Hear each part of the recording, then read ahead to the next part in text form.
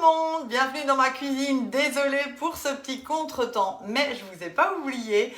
On se retrouve comme d'hab le mercredi à 11 h. Bon là il est 11 h 15, mais on a encore large le temps de préparer ce qu'il faut pour midi. Alors aujourd'hui je vous ai dit on fait du brocoli, vous l'avez pré-cuit, j'espère bien, sinon c'est pas grave, de toute façon vous aurez la recette comme d'habitude. Et on va utiliser mon chouchou, bonjour tout le monde, le 6 grands ronds. Alors pour la petite histoire, vous savez, il y a 18 ans, j'ai assisté à un atelier culinaire pour la première fois pour moi. Je ne connaissais pas du tout les flexipans. Et Agnès, ma marraine, faisait les tourtes de poulet, champignons et lardons dans ces fameux 6 grands ronds. Et j'ai vraiment eu un coup de cœur pour cette empreinte qui pour moi est aujourd'hui toujours encore ma préférée. J'en ai même 3 aujourd'hui de ces empreintes parce que forcément mes petits loulous à l'époque ont vachement grandi, m'ont dépassé en taille, ça c'est sûr, et au coup de fourchette aussi. Donc c'est vrai que je fais vraiment régulièrement des choses dans les 6 grands ronds. Aujourd'hui, je vous propose une recette simple, rapide, facile. C'est d'ailleurs pour ça aussi que je me suis lancée il y a un peu plus que 17 ans maintenant, parce que je suis dans ma 18e année, parce que c'est vrai, le pire des trucs qui pouvaient m'arriver, c'est que ça me plaise, mais pour savoir si ça me plaisait, il fallait déjà que je me lance. Et honnêtement, ce que je regrette, c'est de ne pas avoir connu les flexipans avant. Donc si, comme moi, vous avez envie de changer d'air, vous avez envie de partager votre passion pour la cuisine, vous avez envie de gagner vos produits, parce que c'est vrai que cette empreinte, c'est d'ailleurs la seule que je me suis achetée. Tout le reste que je vous présente, je l'ai gagné. Ben venez écouter, ça se passe vendredi à 14h30 lors d'un webinar métier organisé par notre direction commerciale, directement du siège de chez Guy Demarle. Ou alors, si vous avez envie de rencontrer mon équipe, avec ma team, on fait un café métier autour de Pâques. Ça se passe le 6 avril à Ilzac à 19 h. Venez en message privé ou en SMS, appelez-moi. Je vous invite avec plaisir et je vous donnerai toutes les informations. Donc voilà un petit peu le 6 grands ronds, tartelette, brocoli, jambon. Aujourd'hui, ce sera mon repas du soir. Mais c'est vrai que cette empreinte, c'est les quiches fourre-tout, les pains burgers, la feuille de brique, les tartelettes, les tourtes. En fait, je pense que celle qui me regarde, hello tout le monde, vous l'avez peut-être déjà aussi dans votre collection. Et dites-moi un peu ce que vous aimez faire avec. Et pendant ce temps, j'allume mon four à 200 degrés. Alors aujourd'hui, c'est facile pour celles qui me suivent aussi sur YouTube. Je vous donne les ingrédients, une pâte brisée ou une pâte feuilletée. Il nous faut 350 g de brocoli blanchi. Bien sûr, vous pouvez faire ça avec du chou-fleur, bientôt avec des courgettes. C'est vraiment, si vous avez envie de faire une poêlée de légumes avec de la julienne de légumes, c'est tout à fait faisable. Ensuite, il nous faut 150 g de dés de jambon. Il vous reste du blanc de poulet, un émincé, du saumon, de la truite fumée. En fait, vous pouvez vraiment utiliser cette recette sur une base. Mais après, je varie en fonction de mes chouchous. Je rajoute ensuite 70 g de parmesan râpé. Pour la petite histoire, ça fait 3 semaines qu'il était sous BeSafe, donc c'est génial. Je ne l'ai pas jeté. Là, je vais pouvoir le consommer aujourd'hui. Pas moisi, il a toujours vraiment cette belle texture, il a le bon goût. Donc ça, c'est vraiment important. Merci BeSafe. Dans mon pichet inversaire, j'ai 200 g de crème liquide, 100 g de vin blanc, un peu de persil, donc là c'était du déshydraté. On a besoin de 2 œufs et des épices. Voilà, donc vous voyez, c'est hyper simple. Et on va tout de suite attaquer. Donc j'ai rincé mon moule, je l'ai posé sur ma plaque alu. Et là, du coup, il est en attente sur mon échelle pâtissière et je vais chercher ma pâte. Hop.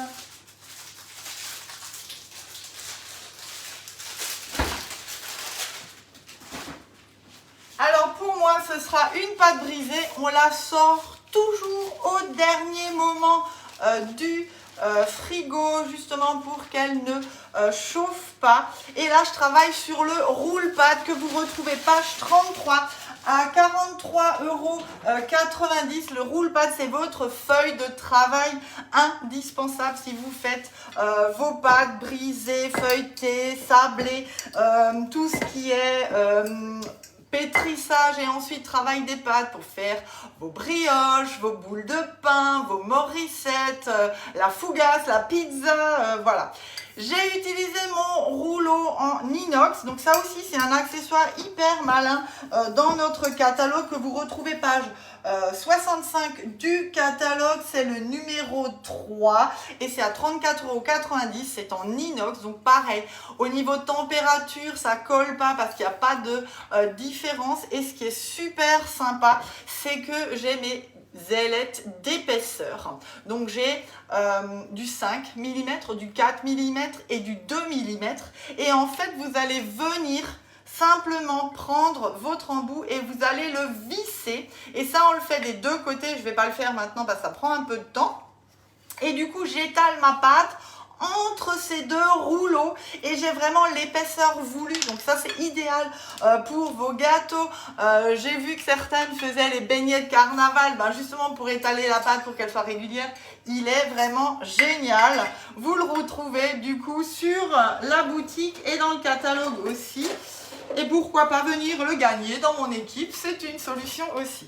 Donc là je pique ma pâte toujours avant de la découper. Alors oui, ça c'est un accessoire qu'on avait il y a quelques années quand j'ai commencé. J'en fais part toujours dans ma société, des choses que j'aime bien et que j'ai envie de vous proposer nouveau dans le catalogue. Donc peut-être qu'à un moment donné, ça reviendra. Le découpoir 13 cm, ça c'est vraiment indispensable pour votre scie grand rond parce que ça va vraiment venir habiller le fond de votre empreinte. Pour faire vos quiches, pour faire vos petites tartelettes, ça c'est indispensable. Mais en commun, donc c'est celui qu'on va utiliser aujourd'hui, mais en complément et en commun, je vous recommande vraiment de vous équiper du découpoir 9,5. Ça, c'est pour finir vos empreintes quand on fait tout ce qui est tourte et tout ce qui est tatin, les croques, quiches et autres. Ça va vraiment en complémentarité. Les découpoirs, c'est page 64 du catalogue. Donc, découpoir 13 cm et je viens simplement découper ma pâte avec mon découpoir et je vais la foncer dans mes empreintes. Et du coup, il va rester un peu de pâte, donc on la garde bien parce que celle-ci, on va la retravailler dans ma roule-pâte et vous allez voir, c'est vraiment magique cette roule-pâte. Hop, là je pose simplement déjà dedans, je reprendrai l'empreinte tout à l'heure quand on va travailler ensemble. Voilà, hop, j'avais pas bien découpé mais c'est pas grave, c'est du fait maison. Et là je reprends ma pâte, je ne fais pas de boule pour justement pas chauffer ma pâte et je viens plier. Donc vous la ramenez un peu comme un puzzle pour refaire un cercle.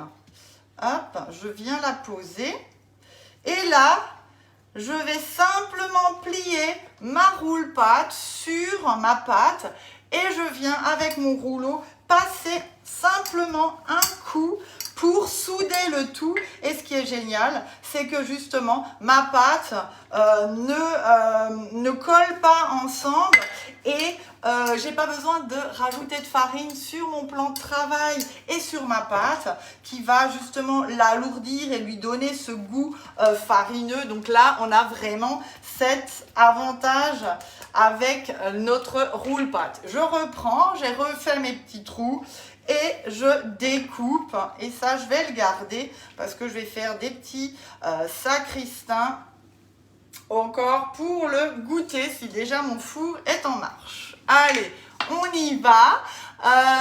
Je vais du coup bien poser ma pâte et je viens habiller en fait mon empreinte de ma pâte brisée. Brisée, feuilletée, c'est tout à fait possible. Bien sûr, vous pouvez aussi utiliser de la pâte sablée si vous voulez faire une tartelette au quetch, aux pommes, à la poire et aux pépites de chocolat maintenant. C'est vrai que c'est vraiment une empreinte super géniale.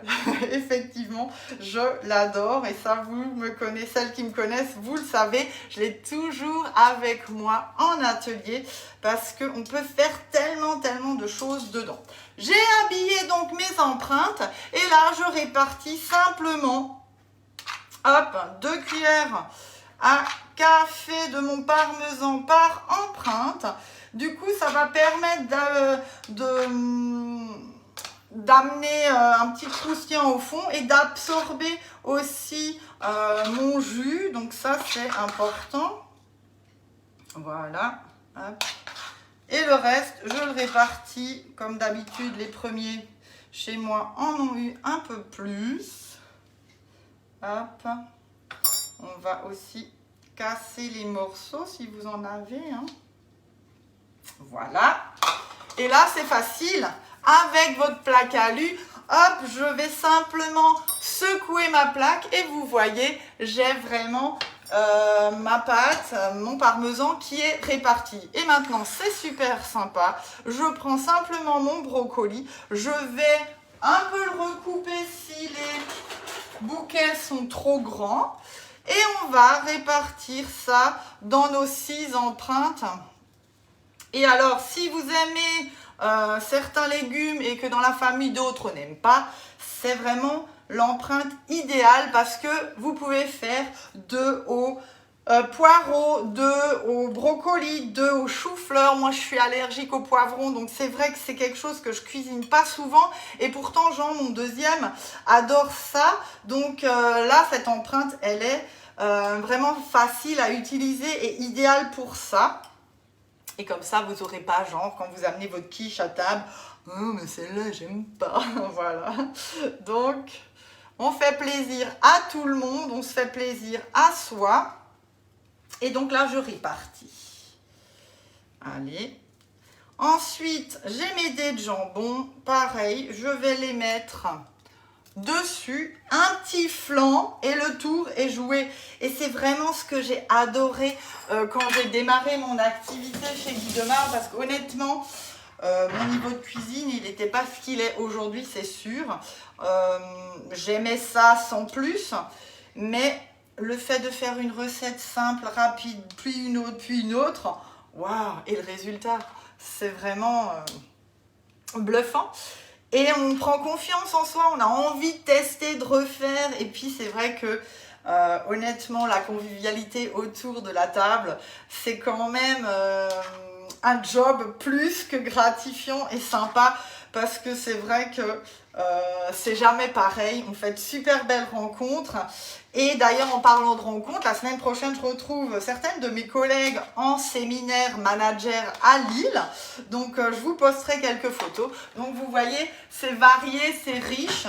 Venez écouter, ça se passe donc vendredi 14h30. Je vous mettrai le lien sur Facebook. Inscrivez-vous, c'est gratuit, c'est anonyme et sans engagement. Et si vous n'êtes pas dispo, vous recevrez le replay. Donc voilà, vous n'avez aucun risque. Je prends mon pichet verseur. Donc celui-là aussi, vous le connaissez. Il est d'ailleurs en offre avec la cuillère magique qui est déjà dans mon pichet verseur. Et le Tornado qui est notre petit robot à main. Vraiment, je vous le recommande. Allez, je mets mes 2 œufs. Je mélange le tout. On rajoute nos épices. Allez, un peu de poivre. Attention, je vais éternuer. Peut-être pas. Du sel. Alors, pas trop parce qu'il y a le piment. Il y a le jambon, pardon. Et un tout petit peu de piment. D'Espelette, celui-là vous le connaissez maintenant. D'ailleurs, merci pour vos photos, vos retours. Je suis ravie que mes chips de blanc d'œuf vous aient plu. J'ai eu plein de photos. C'est vraiment génial. Et vraiment, je pense que vous avez apprécié cette recette, encore rapide, simple, comme on les aime. Et là, vous voyez, je prends mon pichet et avec le bec, même si mes tartelettes sont bien remplies, parce que c'est ça aussi l'avantage de cette empreinte, c'est que ça fait vraiment une dose, une belle dose, et ben je peux aisément remplir avec mon pichet. Voilà. Et là, mon four est chaud, 200 degrés, 20 à 25 minutes, ça c'est le minimum. Donc moi, je pense que je vais les laisser 25 minutes. Je vais les sortir, laisser refroidir sur une grille et ce soir, je les réchaufferai individuellement, simplement sur ma toile de cuisson. Et comme ça, encore, allez, ce soir, 180 degrés, une dizaine de minutes. Et du coup, je prends seulement ce que j'ai besoin en fonction de l'appétit et de l'envie de mes gugus.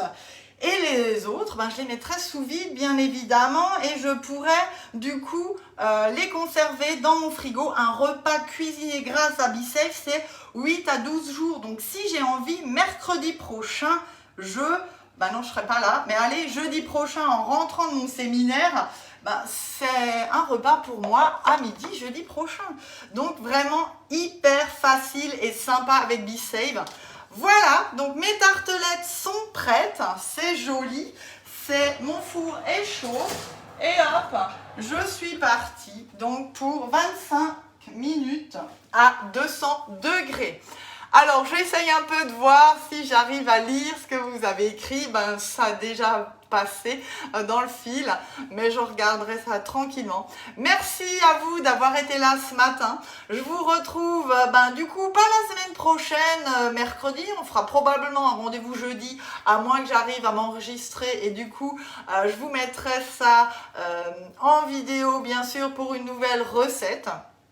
Vous avez des questions, des besoins, des envies, dater vos ateliers aussi. On a plein de nouveautés à vous montrer, des thématiques comme le snacking, comme les fleurs.